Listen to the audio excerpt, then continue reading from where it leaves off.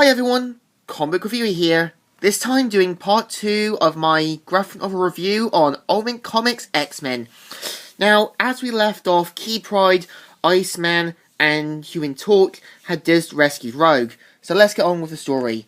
As we left off now, Rogue and Key Pride talking, saying, "What the hell were you thinking? I'm sorry, I didn't mean to get anyone hurt."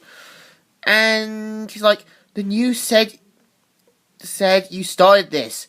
You went nuts all over Port Anthony, then made them chase you all the way to Union Square. Did you? I had to get your attention." So in other words, she did this just to talk with them, saying, "Rogue, who told you?" "He told me that they'll find me, and that's you'd rescue me." "Who the hell told you this?" "God. God told me that you save me, and that you save all of us, Key. This is part of his plan." "Ha! Bobby dated a crazy chick." "Yeah, best to keep what you're saying quiet." So meanwhile, a young woman is held hostage by Reverend Stryker Jr., saying, I know who you are." And he even asks about the whereabouts of captured mutants, and which he doesn't reveal, but ends up killing her. He's like, "Reverend Stryker, we found," and looks shocked, and says, "What is it, son?" And they mainly said that they found them, and you can tell this guy looks shocked, probably realizing that he's following a madman, saying this is all part of his plan.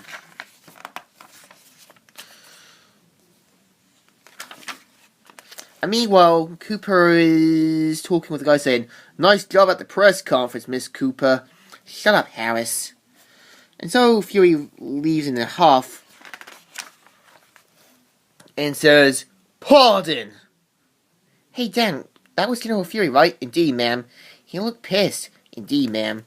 So they mainly heads in, and the president introduces her to Quicksilver, and Quicksilver talks about what to do with the press, angry mobs, and so on. Meanwhile, Stryker is at Times Square saying, "We used to come down here on Saturdays after dark. I hated it, always so full of tourists. But she loved the lights. And what you lies... And, sir, the snipers are in position." Good, very good." "Oh, my word, then, gentlemen." And so we see rioting still happening in Washington, D.C., Los Angeles, Chicago, New York. Like, let's take our country back. So, meanwhile, the X-Men, or what's left of them, are heading into the Morlock tunnels, hoping to find them. Presumably that they're hiding or probably dead by now. Until they see a kid with a kind of weird sort of tail device. And he's like, "Just a kid. Scared the crap out of me." "How did you get here?" "My friend said the Morlocks live here. Is that you?" "Ha! Secret hideout." "Kid, how did you get down here? Is there anyone else?" "Is that kid's kind of tail?" And they look in shock seeing it. I know it's meant to be... I know he has a main Marvel counterpart, but I can't remember the name of. But meanwhile, Jimmy wakes up and sees that he's been captured up like a locked animal, and takes on the purifiers and goes them down, and also rescues the captured mutants, but ends up most of them getting shot.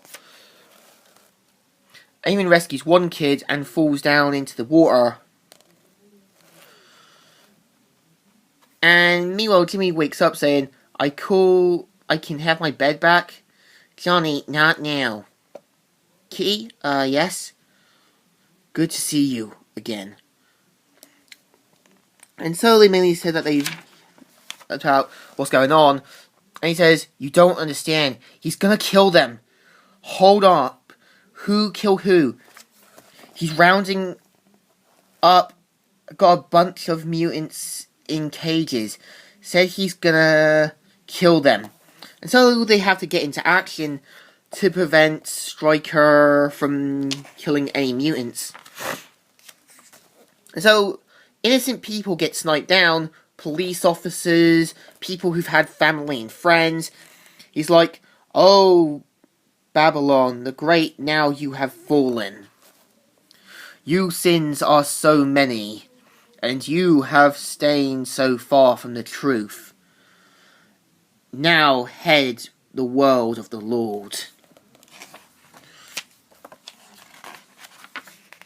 And so we're introduced to a flashback where Stryker sees his family dead during the attack, and this leads to him leading a militia of people who've lost their family and friends going against X-Men,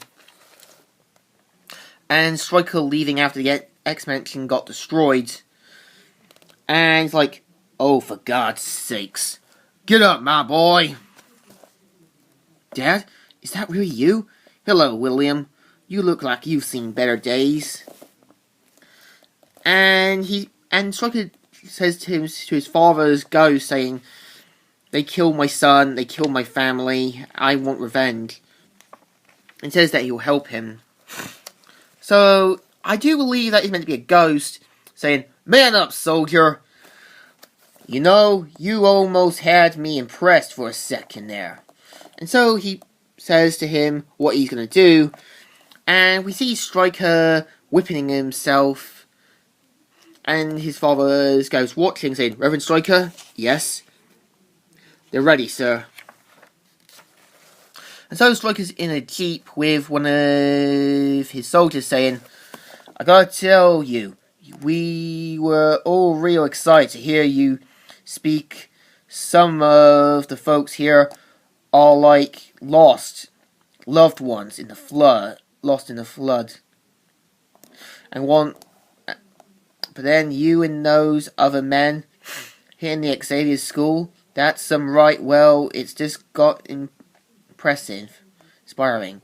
To groups like ours fighting back to And so he sees the large crowd of people and sees Times Square being under attack.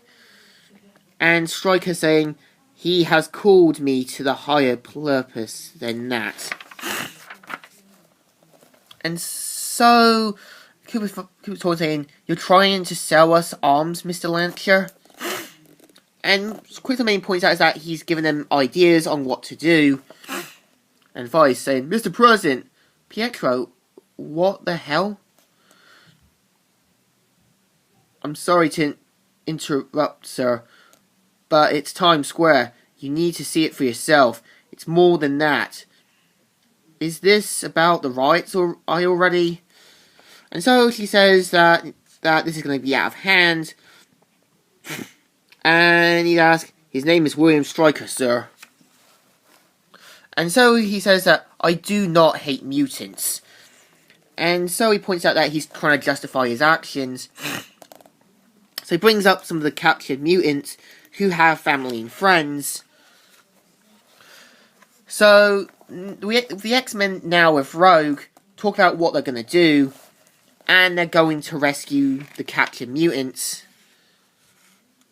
But Kitty Pryde slams Human Torch after getting into a fight with her. And they decide they're going to do what they need to do. And mainly, this kid says, and besides, the Batman would never hurt that Whitehead girl. Yeah, why not? Because he thinks she's friends. I saw them talking at the place they kept us at. He likes her. Wait, what?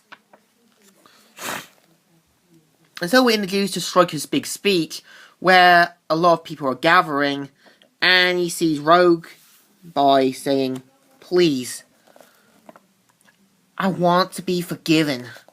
And so the X-Men get ready, and we're introduced to a flashback where it turns out Stryker has the power to talk with machinery, and his father has been holding him saying, "Some man telling me why my son's not in school today when he's supposed to be.